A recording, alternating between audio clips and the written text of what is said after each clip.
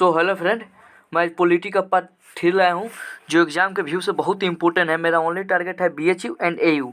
तो चलिए आज इस वीडियो में हम चालू करते हैं एक छोटा सा मोटिवेशनल से कि जिनके पास इरादे होते हैं उनके पास बहाने नहीं होते। ये बात बहुत 100% श्योर है, यानी सच है कि जिनके पास इरादे होते हैं उनके पास बहाने नहीं होते हैं।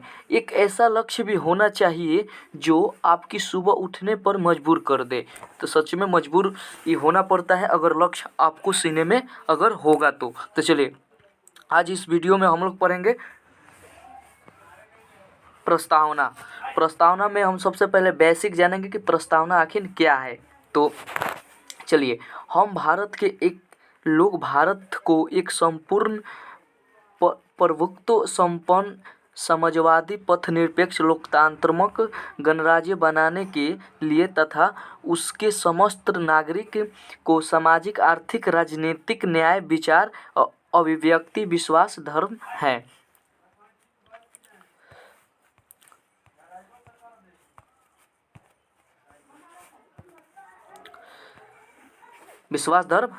उपासना की स्वतंत्रता प्रतिष्ठा और अवसर की समानता प्राप्त करने के लिए राष्ट्र की एकता अखंडता सुनिश्चित करने वाली बंधुओं बढ़ाने के लिए दृढ़ संकल्प होकर अधिनियम करते हैं और अपनाते हैं।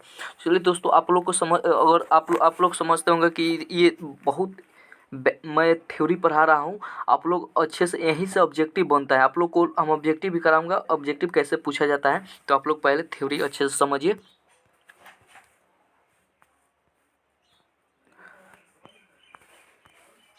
चलिए, प्रस्तावना में भारत को एक संपूर्ण प्रभुत्व संपन्न समाजवादी पथनिरपेक्ष लोकतांत्रिक गणराज्य कहा गया है। चलिए नेक्स्ट देखते हैं कि हम भारत के लोग भारत में वो अंतिम प्रभुत्वता जनता के पास है। चलिए नेक्स्ट देखते हैं टॉपिक कि संपूर्ण प्रभुत्व संपन्न। ये टॉपिक आप लोग अंडरलाइन कर लीजिएगा। ऐसा राजनीतिक सत्ता जिसके ऊपर कोई दूसरी उच्च राजनीतिक सत्ता न हो, उसे हम संपूर्ण प्रभुत्व संपन्न कहते हैं। समाजवाद, आर्थिक सामाजिक न्याय प्रतिष्ठा तथा अवसरों में समानता। ये आप लोग थ्योरी अच्छे से याद रखिएगा तो ऑब्जेक्टिव अब अच्छे से याद कर ऑब्जेक्टिव बनाइएगा। ऑब्जेक्टिव यही सब ऑब्जेक्टिव पूछा जाता है उठाकर।